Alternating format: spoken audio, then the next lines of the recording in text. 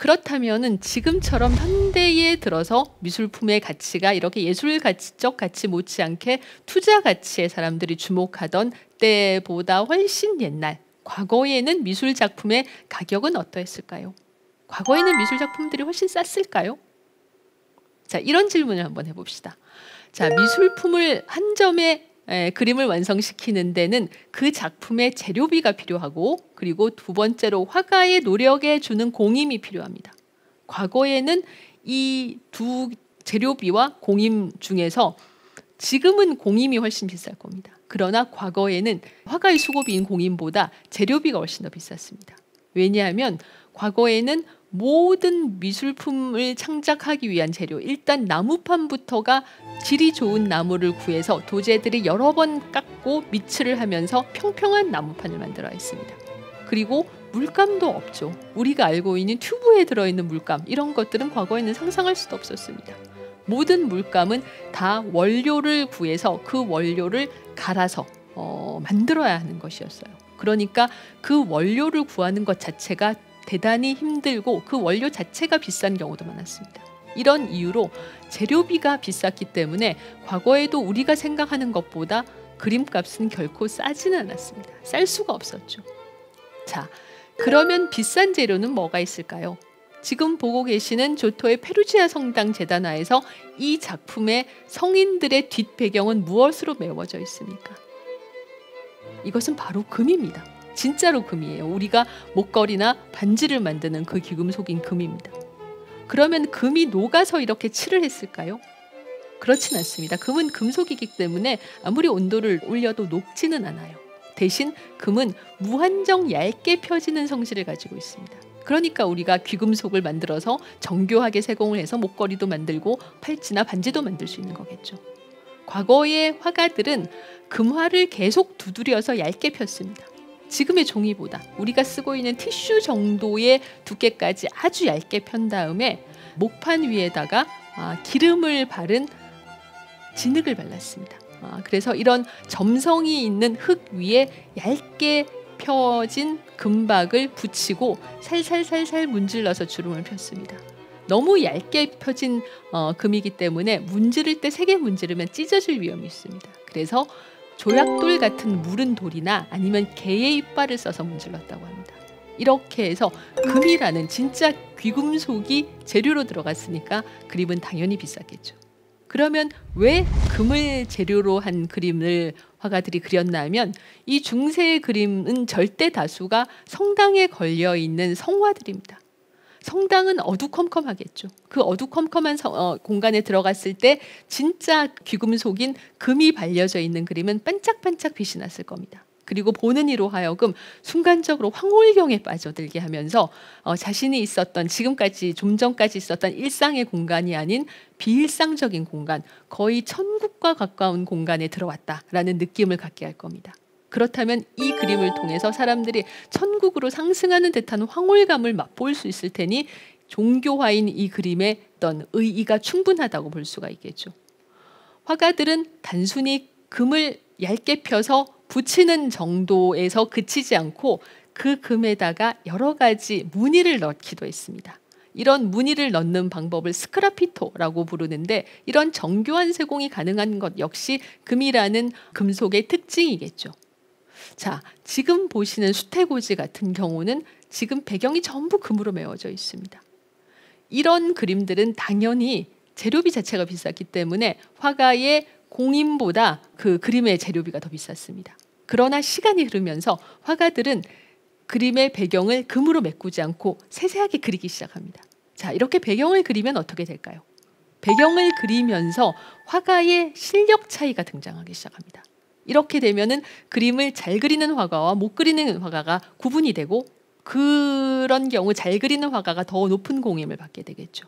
그리고 또 이 로베르 캉팽의 수태고지에서 재미있는 것은 왼편에 지금 이 그림을 그리도록 화가에게 청탁해서 그 그림을 교회에 기증한 기증자 부부의 얼굴이 보입니다.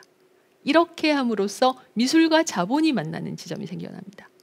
자, 이 그림을 화가에게 그리도록 청탁한 부부는 당연히 부자겠죠. 부자는 천국에 들어가기 어렵습니다. 그러면 이 부부들은 이 그림을 교회에 기증함으로써 자신들이 부자지만 돈을 이렇게 아낌없이 교회를 위해서 쓰니까 천국에 갈 수 있는 그런 가능성이 더 높아질 거다라고 생각을 했을 것 같아요. 실제로 메디치가가 자신들이 후원하는 화가 보티첼리에게 청탁해서 그리게 한 이 동방박사의 경배라는 그림에서는 예수와 마리아보다도 그들에게 경배하는 사람들, 동방박사가 더 크게 그려져 있습니다. 이건 왜 그런가 하면 지금 막 예수의 발을 만지고 있는 인물, 이 바로 메디치가의 코시모 데 메디치, 그 아래에 무릎을 꿇고 있는 붉은 망토를 입은 인물이 코시모의 아들인 피에로 데 메디치, 그리고 그 왼편에 서 있는 두 명의 남자가 피에로 데 메디치의 아들 로렌초와 줄리아노이기 때문입니다. 말하자면 이 그림은 산타마리아 로벨라 성당에 걸려 있었는데 이 산타마리아 로벨라 성당에 온 대부분의 피렌체 사람들은 이 그림에서 메디치가의 얼굴을 알아봤을 거예요. 그리고 메디치가가 이렇게 아낌없이 작품을 피렌체를 위해서 기증하고 있으니 그들이 피렌체를 경영할 자격이 있는 그런 가문이다라고 생각을 했을 겁니다.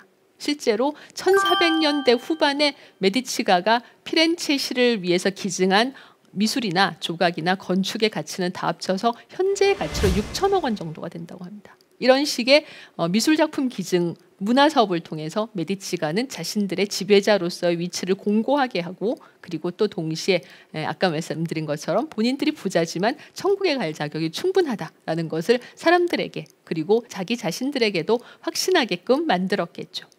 자, 시간이 흐르면서 지금 이제 다빈치의 그림, 역시 메디치가의 후원을 받았던 다빈치의 그림 같은 경우는 원근법을 사용해서 정교하게 그린 배경이 등장합니다.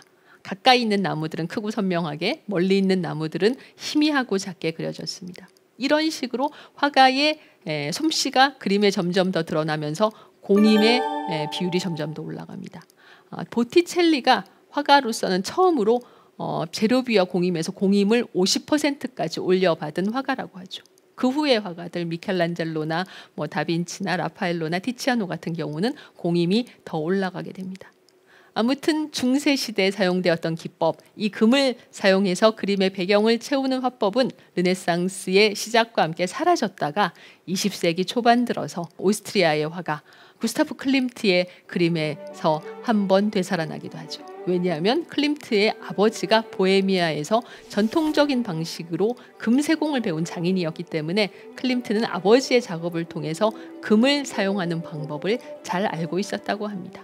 근대에 들어와도 여전히 예술과 자본과의 관계는 밀접했습니다. 우리가 알고 있는 인상파 화가들의 작품을 세상에 알린 인물이 바로 화상을 경영했던 폴 듀랑 류엘이라는 인물이죠.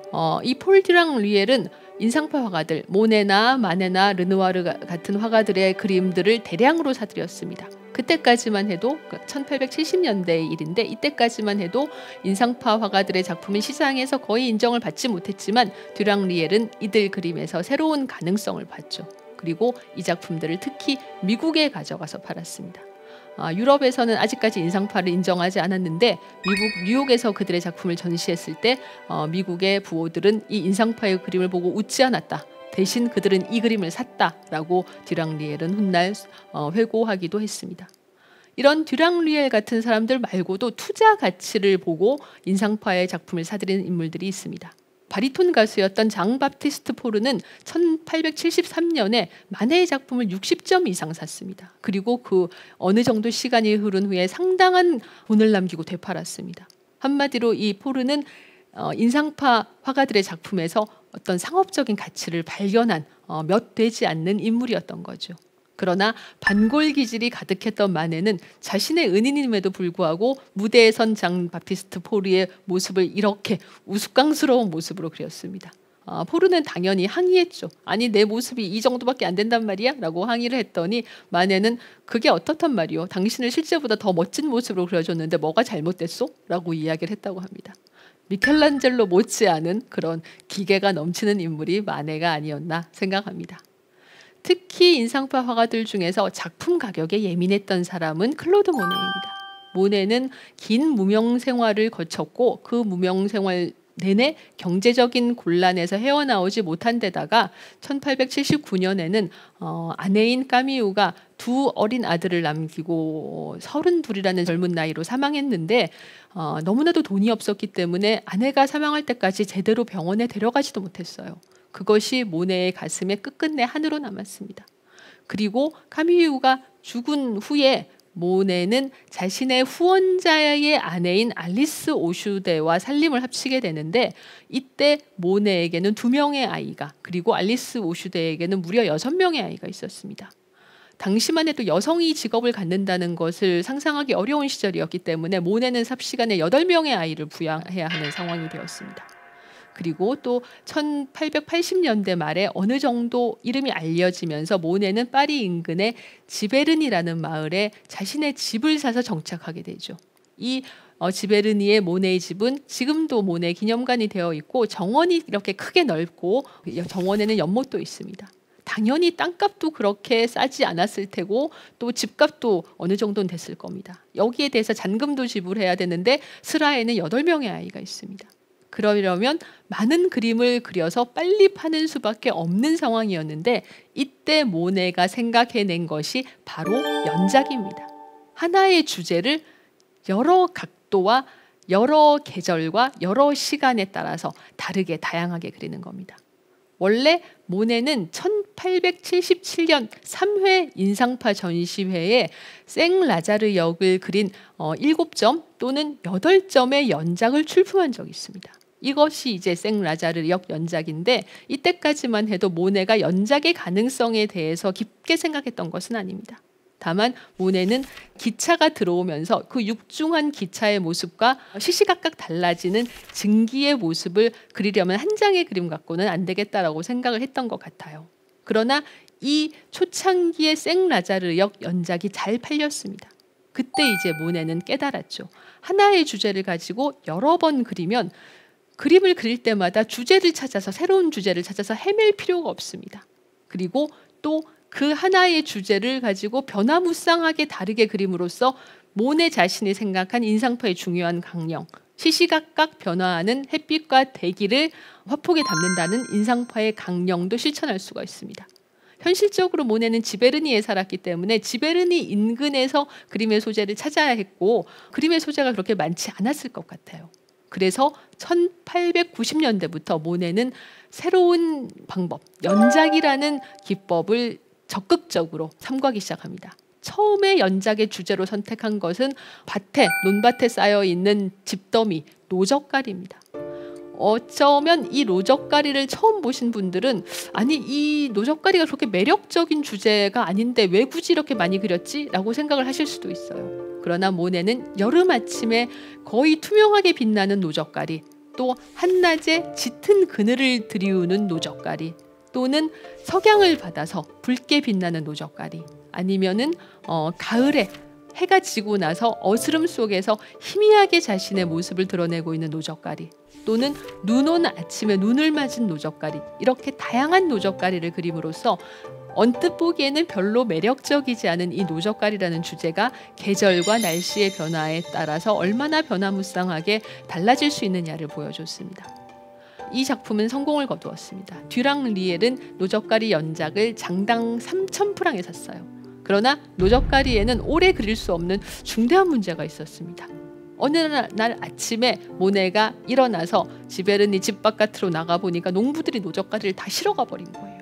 삽시간에 그림을 그릴 대상이 없어졌습니다. 당황한 모네는 노적가리 말고 좀 더 오래 한자리에 붙어 있을 수 있는 주제를 택해야 연작을 그릴 수 있겠구나 라고 판단하고 강변에 나가서 포플러를 그렸습니다. 이 포플러는 나무가 움직이지 않으니까 당연히 오래 있을 수 있을 거라고 생각했지만 모네의 생각과는 또 달랐습니다. 어느 날 강변의 목재업자들이 포플러를 다 베어가 버린 거예요. 그래서 나무도 움직일 수 있구나 라는 사실을 모네는 깨닫게 됩니다. 이 포플러 연작도 성공을 거두었습니다. 듀랑 리엘은 장당 4,000프랑의 이 포플러 연작을 샀습니다. 아무튼 나무보다 더 움직이지 않는 것을 그려야 연작으로 오래 그릴 수 있겠다라고 판단하고 모네는 루앙 성당을 그리게 됩니다.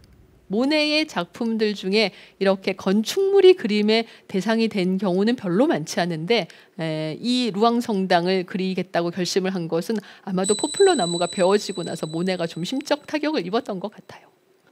노적가리와 포플러에 이어서 루앙성당이라는 새로운 연작에서 모네는 푸른 안개에 쌓여서 빛나는 루앙성당이나 아니면 색깔을 거의 쓰지 않고 아침의 안개 속에 희미하게 그 모습을 드러내고 있는 루앙성당이나 또는 햇빛 아래서 선명하게 그림자를 보여주고 있는 루앙성당, 또는 석양을 맞으면서 석양의 황혼의 빛으로 노랗게 빛나는 루앙성당, 흐린 날에 푸르게 그 실루엣을 드러내고 있는 루앙성당 같은 다양한 성당을 그렸습니다.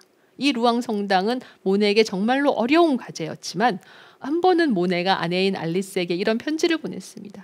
너무나도 이 과제가 힘들어서 하루는 잠이 들었는데 성당이 자기의 위로 무너져 내리더라는 겁니다. 그런데 그 무너져 내리는 순간에도 이 루앙성당의 돌들이 빨갛고 파랗고 노랗게 빛나고 있더라라고 이야기를 했습니다. 아무튼 30점 넘는 루앙성당들이 이렇게 다양하게 그려졌고 듀랑리엘은 이 작품에 찬사를 보냈습니다. 그리고 작품을 사려고 할 때 놀랍게도 모네는 장당 15,000프랑을 불렀습니다.